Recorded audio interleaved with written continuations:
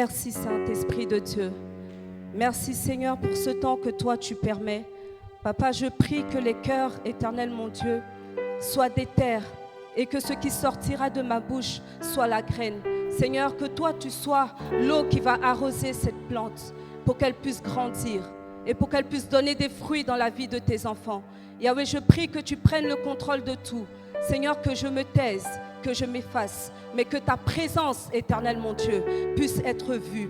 Yahweh, que l'honneur et la gloire te reviennent. Seigneur, nous t'acclamons encore pour te dire merci ce matin. Alléluia. Notre thème de ce matin est la puissance de la foi.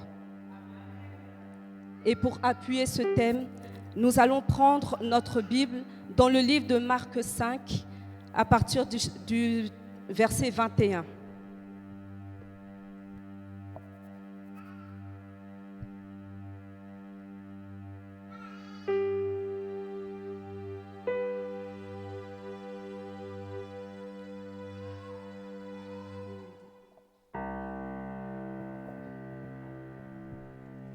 Marc 5, à partir de son verset 21. Jésus dans la barque regagna l'autre rive, où une grande foule s'assembla près de lui. Il était au bord de la mer. Alors vint un des chefs de la synagogue nommé Jairus, qui l'ayant aperçu, se jeta à ses pieds et lui adressa cette instante prière. « Ma petite fille à l'extrémité, viens, impose-lui les mains, afin qu'elle soit sauvée et qu'elle vive. » Jésus s'en alla avec lui, et une grande foule le suivait et le pressait. Or, il y avait une femme atteinte d'une perte de sang depuis 12 ans. Elle avait beaucoup souffert entre les mains de plusieurs médecins. Elle avait dépensé tout ce qu'elle possédait.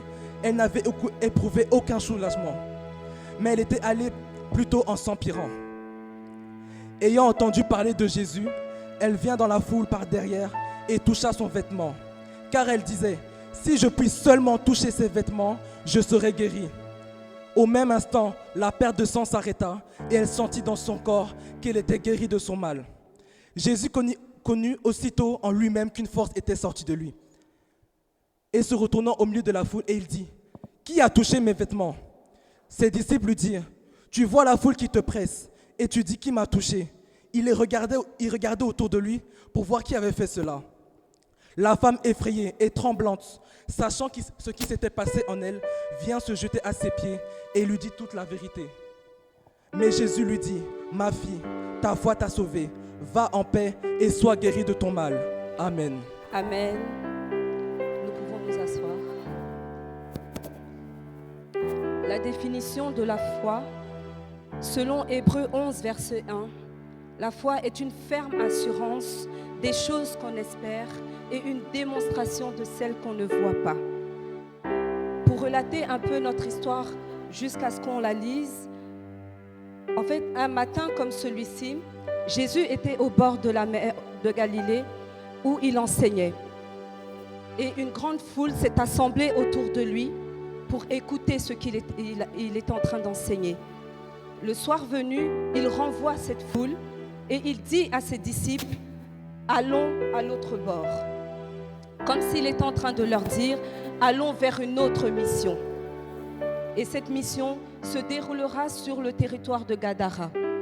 Une fois arrivé sur ce territoire, un homme démoniaque s'approche de Jésus.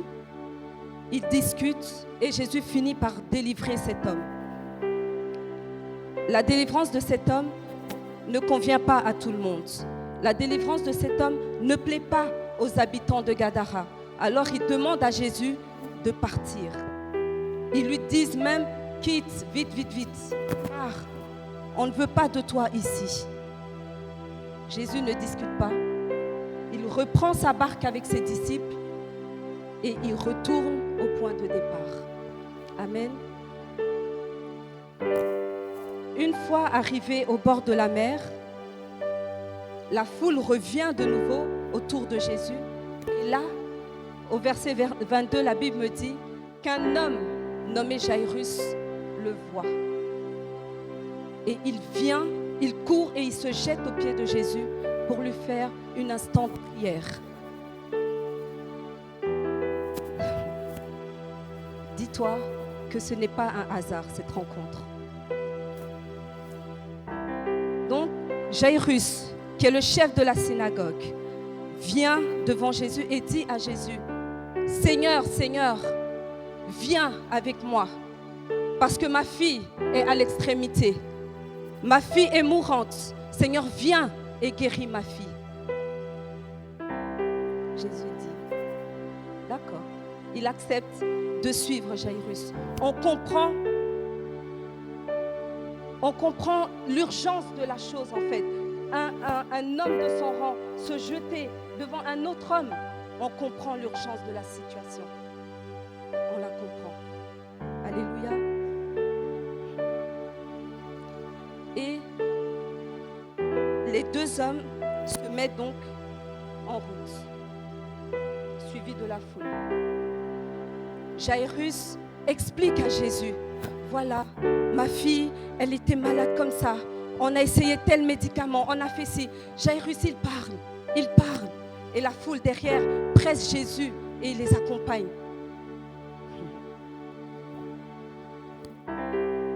Mais Jairus ignorait quelque chose. Jairus ignorait qu'il y avait un plan qui était en train de se mettre en place autour de lui. Il ne le savait pas. Jairus n'avait pas compris encore qu'un élément perturbateur allait venir se mettre sur son chemin afin de détourner la guérison qui était pour sa fille, la transformer en résurrection. Jairus ne savait pas qu'il allait vivre un hold-up spirituel. Mais un grave hold-up spirituel. Et lui, il continuait, il parle. Oui, Seigneur, tu sais, mais merci d'avoir accepté de venir. Pendant ce temps, je dis, pendant ce temps, un hold-up spirituel se tramait quelque part. La Bible me dit que au verset 25, or, il y avait donc dans cette foule une femme qui perdait le sang depuis 12 années. Or est une conjonction de coordination qui introduit un fait contraire par rapport à ce qui a déjà été annoncé. Ce qui veut dire, donc le fait annoncé, c'est Jairus, c'est Jésus, c'est la foule. Et puis, il y a cette femme qui était là, qui n'était ni attendue, qui n'était ni invitée, qui n'était ni prévue par les hommes, mais qui, elle, avait prévu. Elle était prévue dans le plan de Dieu. Elle avait rendez-vous avec son miracle ce jour-là. Il y avait le or. Il y avait le or qui était là.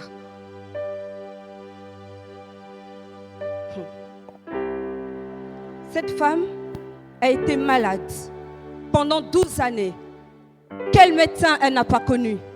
Quel médicament elle n'a pas testé? Elle a tout essayé.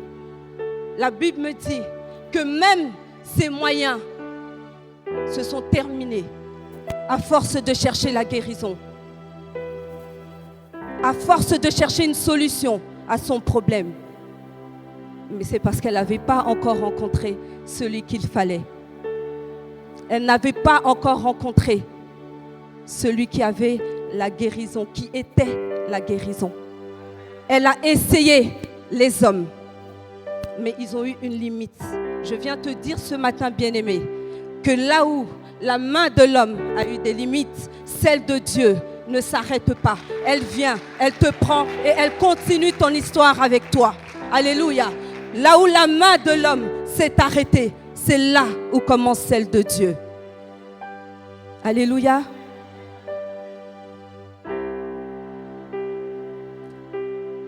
Le diable. Parfois, il est tellement sûr de lui qu'il pense avoir le pouvoir et l'autorité sur tout le monde. Alors que c'est juste parce que mon Dieu te regarde, parce qu'il attend que tu fasses ton petit chemin et lui maintenant il vient et il arrange tout ce que tu as gâté. C'est ça. C'est ça. Cette femme se trouvait là, dans cette foule, parce qu'elle avait entendu parler de Jésus. Elle était dans cette foule parce qu'elle avait entendu parler des miracles de Jésus. Le diable pensait l'avoir anéanti. Il pensait avoir détruit sa vie. Il pensait que c'était fini pour elle. On sait qu'un adulte a en moyenne 5 à 6 litres de sang. Mais on me dit que depuis 12 ans, elle en perd. Mais lui-même, le diable, il devait un peu s'arrêter et se dire, mais depuis tout ce temps, elle est encore là. Qu'est-ce qui se passe? Non, lui pour lui, elle allait en mourir. C'est bon, c'est fini. Le sang coule. Allez, c'est bon. Il a même abandonné pour aller rendre malade la fille de Jairus. Tellement qu'il était sûr de lui. Ah non, c'était gagné là, c'est bon. Hein? Mais, il a oublié 2 choses. Et là, je vais descendre pour vous le dire. Le diable a oublié 2 choses importantes. Et ces 2 choses, la première, il lui a laissé l'ouïe intacte. Ce qui a permis à cette femme de pouvoir entendre. Ce qui a permis à cette femme de pouvoir entendre. La deuxième chose, c'est l'environnement dans lequel elle était.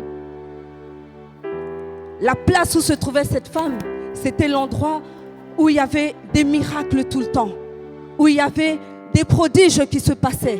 Donc cette femme entendait, elle entendait, par rapport à son environnement, elle entendait. Le diable lui a laissé ces 2 choses qui sont des éléments importants pour le développement de sa foi. Et il ne le savait pas. Pour lui, elle allait quand même mourir. Mais il avait oublié ces 2 petits détails. Ces 2 petits détails. Je viens te dire que si toi aussi tu es là ce matin, ce n'est pas un hasard. Ce n'est pas en vain. Alléluia.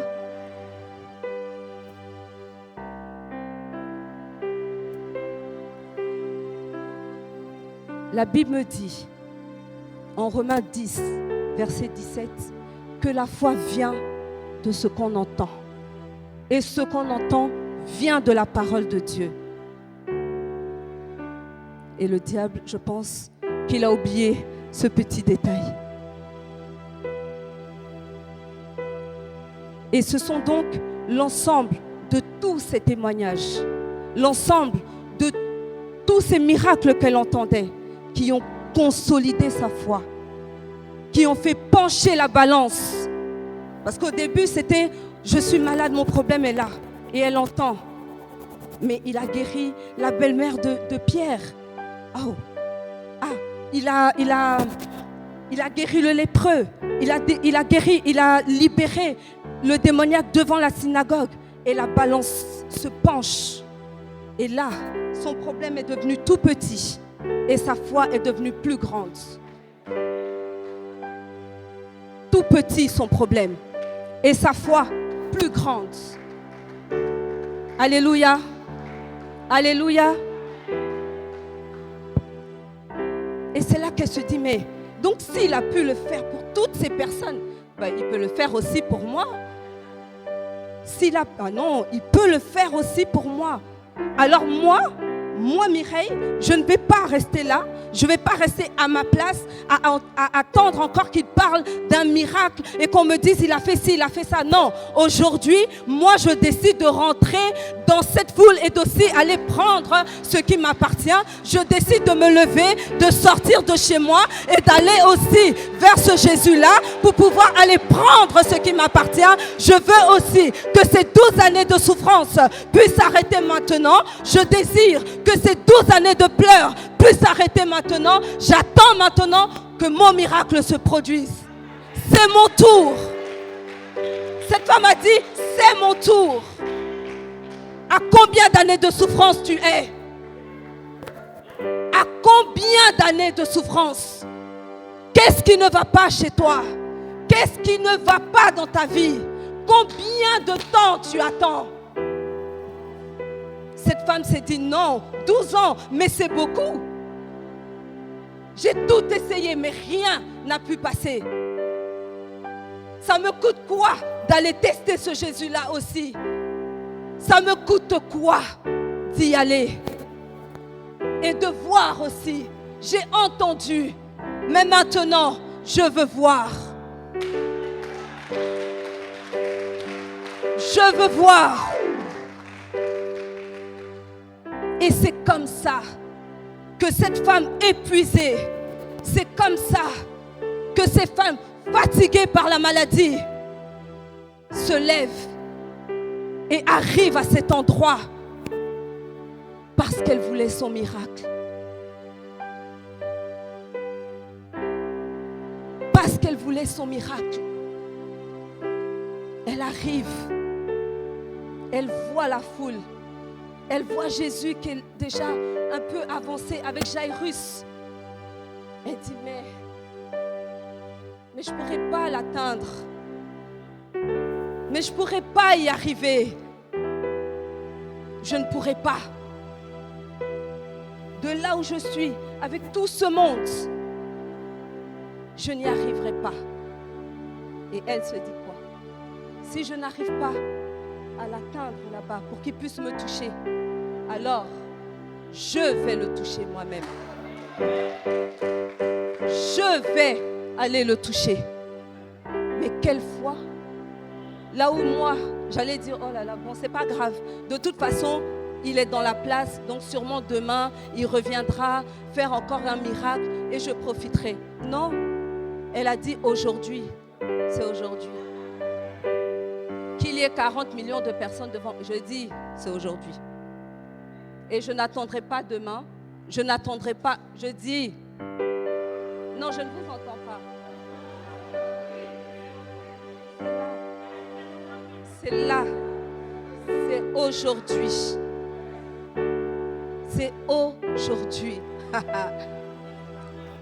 Là où Jairus n'a pas tenu compte du temps que sa fille avait pour vivre, cette femme a compris qu'elle n'avait pas le temps. Elle a compris que son temps à elle était compté. Et donc, elle a raccourci le temps. Elle a interrompu le temps pour son miracle. Elle a raccourci le temps avec la foi qu'elle avait, en se disant, il ne peut pas me toucher, c'est pas grave. Moi-même, je vais y aller. Elle a raccourci le temps. Jairus, il avait vu Jésus. Il a couru vers Jésus. Il est allé vers Jésus. Jairus pouvait demander là, Seigneur, guéris ma fille maintenant, parce que je sais que tu as la capacité de le faire. Mais Jairus s'est dit non, on a encore le temps d'arriver à la maison. On a encore le temps d'arriver à la maison. Mais cette femme, elle a compris que par la foi, elle pouvait écourter son temps.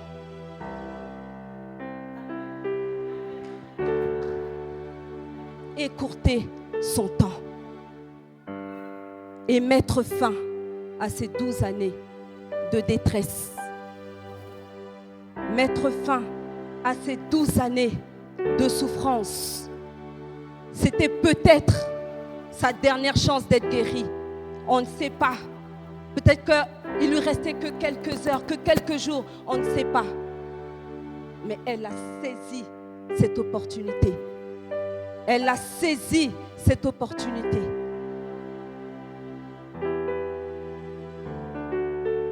Alléluia.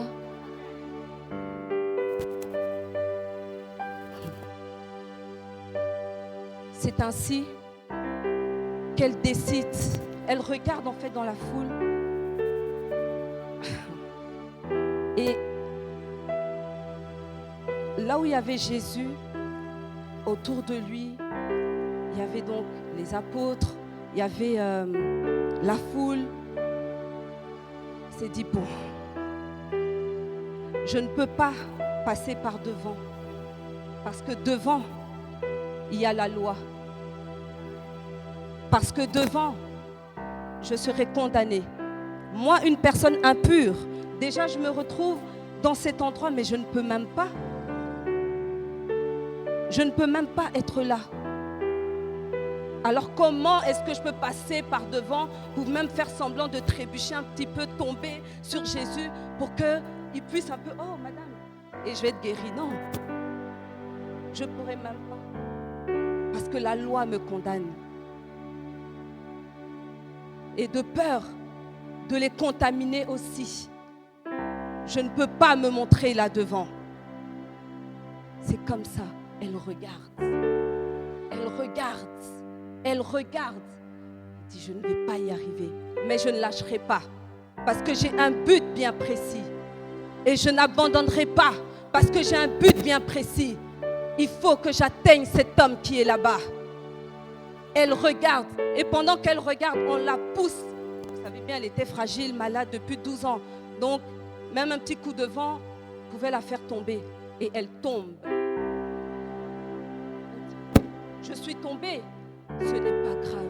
Je continue à regarder s'il n'y a pas un chemin par lequel je peux passer pour arriver à toucher cet homme. Je ne peux pas toucher, sa main ne peut pas me toucher, sinon il sera impur. Sa main ne peut pas me toucher.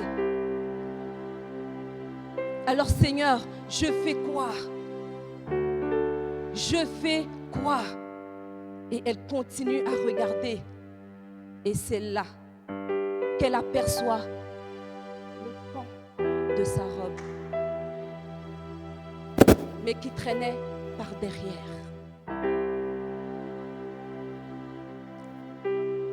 Et elle s'est dit, je vais passer par derrière et je vais toucher le pan de cette robe. Parce que si sa main peut guérir, sa main qui fait partie de son corps, alors ce qu'il porte transporte aussi ma guérison. Alors ce qu'il porte transporte aussi mon miracle. Alors moi, Mireille, je vais me décider et je vais arriver. Et je vais arriver. Et elle prend cette dernière force, ce qui lui reste. On la piétine, on la pousse. Elle dit, c'est pas mon problème. Ça, ce n'est pas mon problème. Et elle va petit à petit, petit à petit. Et elle arrive au pan de la robe de Jésus. Et là, je dis, là, elle saisit, elle touche le pan de la robe de Jésus. Et instantanément, le sang, il n'y a que maman Pauline qui a compris. À l'instant T, pas le temps d'arriver chez Jairus, pas le temps qu'elle rentre chez elle, pas le temps de se retourner. La Bible dit, instantanément, là, sur place, à l'instant là, le sang s'est arrêté. Le sang s'est arrêté. Vous savez pourquoi? En touchant le pan de la robe de Jésus, cette femme, elle s'est greffée à l'arbre de vie qu'est le Seigneur. Elle s'est greffée et elle est devenue un fruit de cet arbre-là. Et même à la fin du verset, au verset 34, Jésus l'a fait comment? Ma fille. Donc de femme, elle est passée à fille. Le lien direct s'est fait quand elle a touché le pan de la robe de Jésus. Direct. Ma fille, ta foi t'a sauvée. C'est ce qu'il lui a dit. Donc, parce qu'elle a eu la foi, elle a touché le pan de la robe de Jésus. Et elle a été guérie et sauvée. Et sauvée. Amen. Amen. Amen.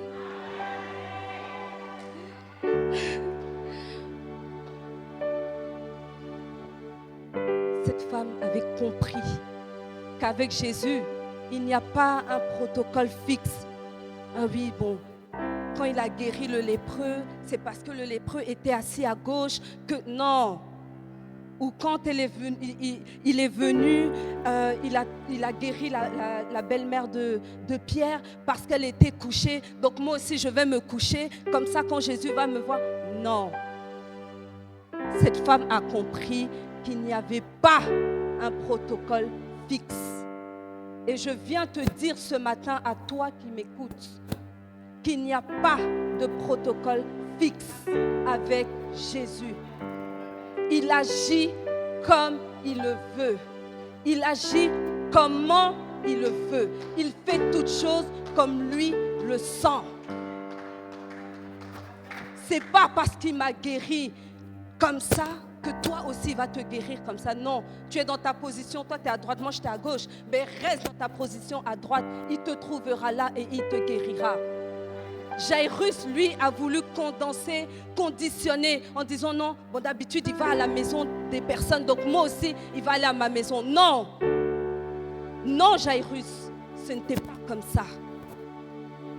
Ce n'était pas comme ça.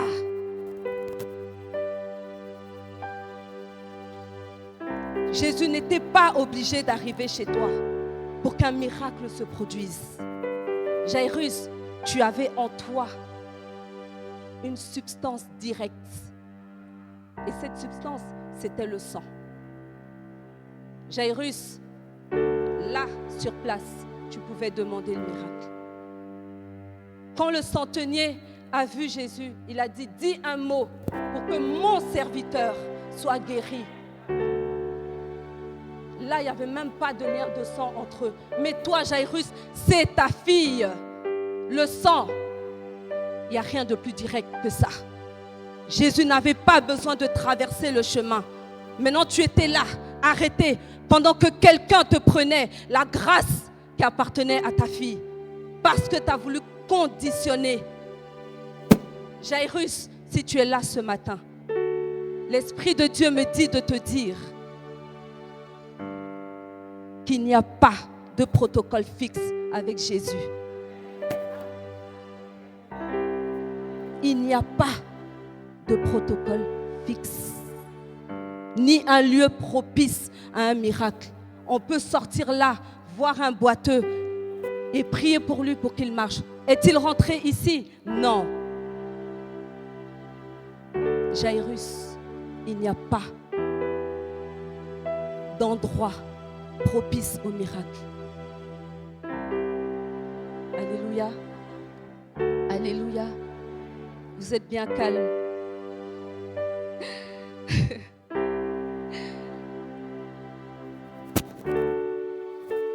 Et lorsque cette femme touche alors Jésus, la Bible dit qu'une force est sortie de lui. Une force est sortie de lui. Mais ce n'est pas la première fois que Jésus fait un miracle. Mais pourquoi cette fois-ci une force est sortie de lui? Amen. Parce que la foi de cette femme a déclenché quelque chose de surnaturel.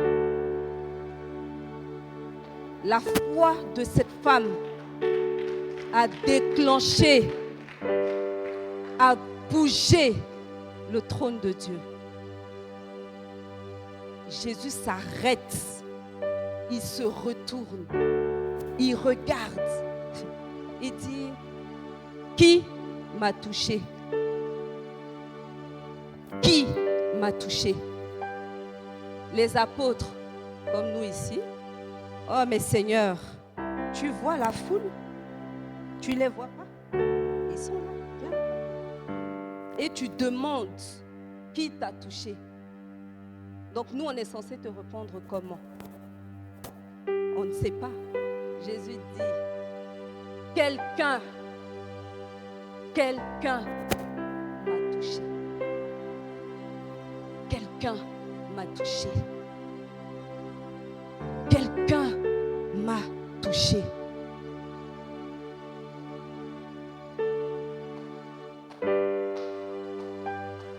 La foi m'a touché. La foi d'une personne m'a touché. Bien-aimé, la foi nous connecte au trône de Dieu. La foi nous connecte à notre miracle. La foi.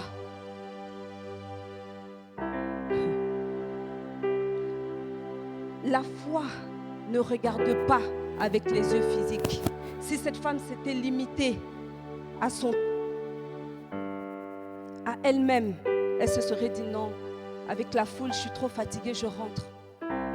Mais elle a regardé avec les yeux spirituels qu'elle avait. Et elle a vu que son miracle était possible. Elle a vu qu'il y avait une possibilité pour elle aussi d'être sauvée.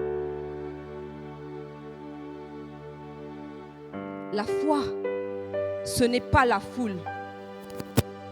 La foi, c'est l'individualité. La foi, c'est ta personne. On peut être 100, 200 à un programme. Ce n'est pas les 200 personnes qui auront une solution à leurs problèmes ou qui seront guéries. Parfois, il n'y a qu'une seule personne. Parce que cette personne fait l'action d'aller chercher son miracle. Amen. Bien-aimé, la foi te donne une odeur, un parfum que le ciel reconnaît.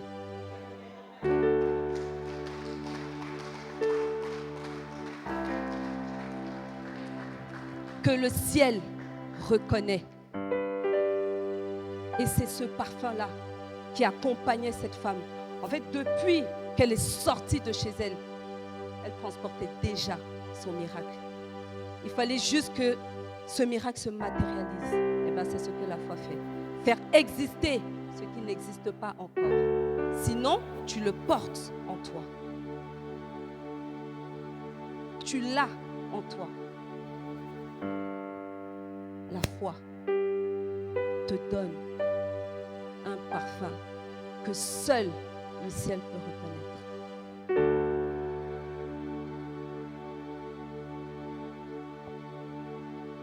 Le toucher naturel peut ne pas changer la vie d'une personne, mais le toucher par la foi,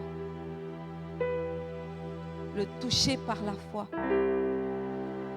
transforme la vie de celui qui touche. La parole de ce matin t'a peut-être pas touché. La parole de ce matin ne t'a peut-être fait aucun effet. Mais comme cette femme, toi, touche la parole. Touche Jésus qui est la parole. Touche Jésus qui est la parole.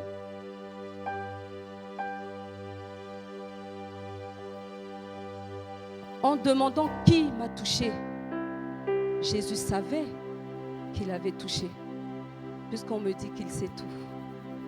Donc il savait.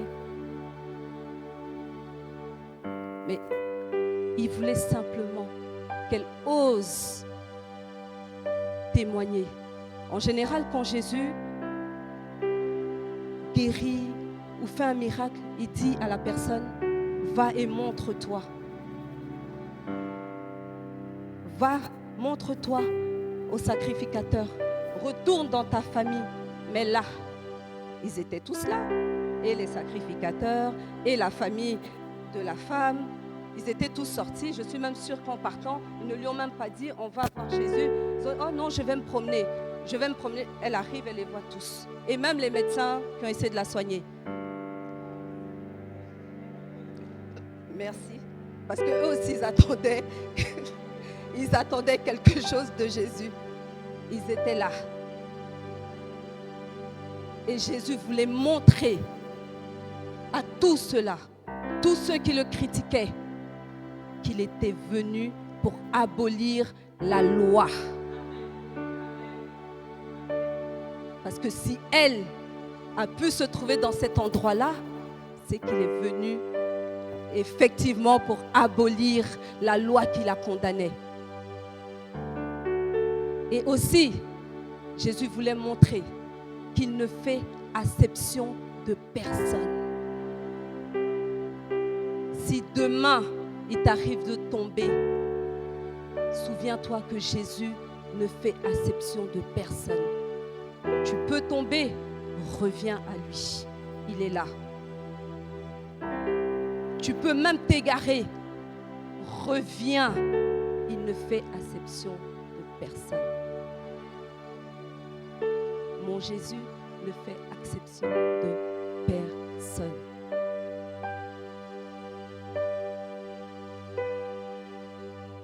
Alléluia.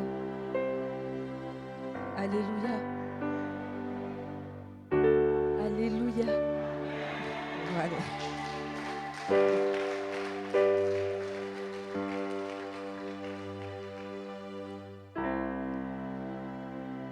Sans la foi, il nous est impossible d'être agréable à Dieu.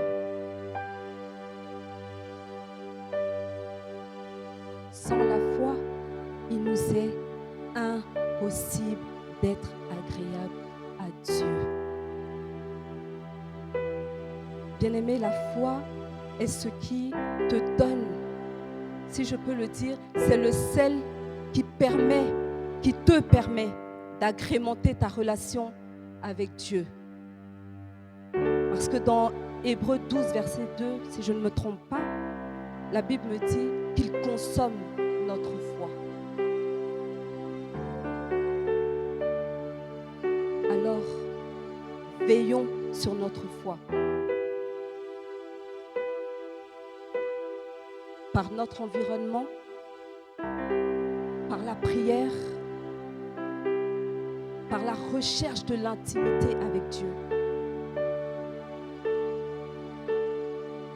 Veillons sur notre foi. Restons constamment dans la présence de Dieu pour que notre foi puisse grandir et devenir plus forte et plus puissante. Pour que nous demeurions agréables à Dieu. C'est la foi de cette femme qui a créé son miracle. C'est la foi de cette femme qui a généré son miracle. Alors toi aussi, trouve ta façon à toi de déranger le ciel comme elle a fait. Trouve ta façon à toi d'intercepter la guérison de quelqu'un qui ne la voit peut-être pas. Comme ces gens à Gadara, quand ils ont chassé Jésus, ils n'avaient pas compris qui il était réellement. Mais Jairus l'avait compris. Donc là où Jésus a été rejeté, là où Jésus a été renié, Jairus a vu en lui ce qu'il y avait. Et c'est comme ça, lui, un grand chef de synagogue, courir se jeter devant les pieds de Jésus. C'est parce qu'il avait vu. Donc toi aussi, trouve ta façon. Trouve ta façon à toi de déranger le ciel. Quand quelque chose te dérange, trouve ta façon de déranger le ciel afin que ton miracle se produise. Que Dieu nous bénisse.